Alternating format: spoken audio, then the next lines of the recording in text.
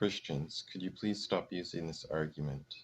Famous fundamental Christian apologist Frank Turek recently took to Twitter to say, "Atheists don't hate fairies, leprechauns, or unicorns because they don't exist.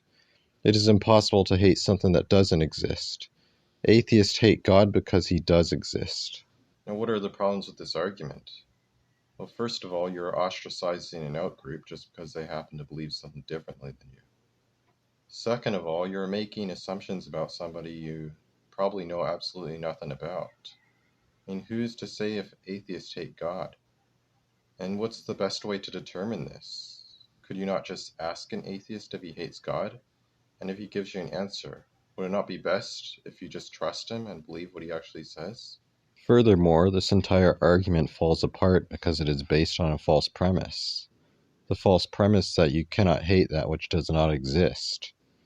As noted by Alexander Townsend, you can't hate something because it doesn't exist. That is nonsense. You absolutely can. There are characters in fiction that are easy to hate. For example, in the anime Death Note, the main character, Yagami Laito, is easy to hate. Another great example of this would be Colonel Quaritch, who is the main antagonist of my third favorite film, Avatar. I absolutely despise Quaritch, to be honest with you. He is a selfish, arrogant, apathetic piece of frickin' garbage. Christians often stress the importance of evangelization and converting those who have different beliefs. Yet this argument fails to do that. You're making assumptions about somebody you probably don't know. Do you honestly expect them to have good rapport with you after making this assumption? Do you not expect them to be on the defensive? How are you going to be able to convert them if all you're doing is attacking them and making assumptions about them? And last of all, we'll examine this argument theologically and see if it's actually sound according to the Bible. Let's take a look at the book of Romans, chapter 1, verse 18. "For the wrath of God is revealed from heaven against all ungodliness and unrighteousness of men who hold the truth in unrighteousness. Because that which may be known of God is manifest in them, for God hath showed it unto them.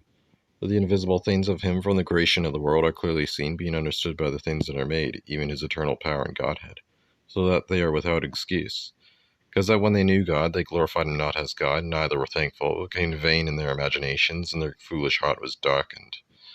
Professing themselves to be wise, they became fools." Does it say anywhere that these atheists hate God? No, it doesn't say that anywhere. Now we will look at the book of Corinthians, the first chapter, verse 19 to 25. You'll notice there is quite a lot of misosophy in these verses. "For it is written, I will destroy the wisdom of the wise, and will bring to nothing the understanding of the prudent. Where is the wise? Where is the scribe? Where is the disputer of this world? Hath not God made foolish the wisdom of this world? For after that in the wisdom of God, the world by wisdom knew not God. It pleased God by the foolishness of preaching to save them that believe. The Jews require a sign, and the Greeks seek after wisdom. We preach Christ crucified, unto the Jews a stumbling block, and unto the Greeks foolishness. And unto them that are called, both Jews and Greeks, Christ the power of God and the wisdom of God. Because the foolishness of God is wiser than men, and the weakness of God is stronger than men." Another verse in the Bible that would reference atheism would be Psalm chapter 14, verse 1. It says, "The fool hath said in his heart, there is no God." Again, does this verse say that atheists hate God? No. It does claim that they are fools, but is this a blanket term that applies to all atheists without exception? I don't think you can conclude that. And by the way, the fool referenced here is according to God's standard. So the Bible openly admits that obtaining knowledge and becoming wiser will give you a greater proclivity towards atheism. And once again, nowhere does it say that atheists hate God.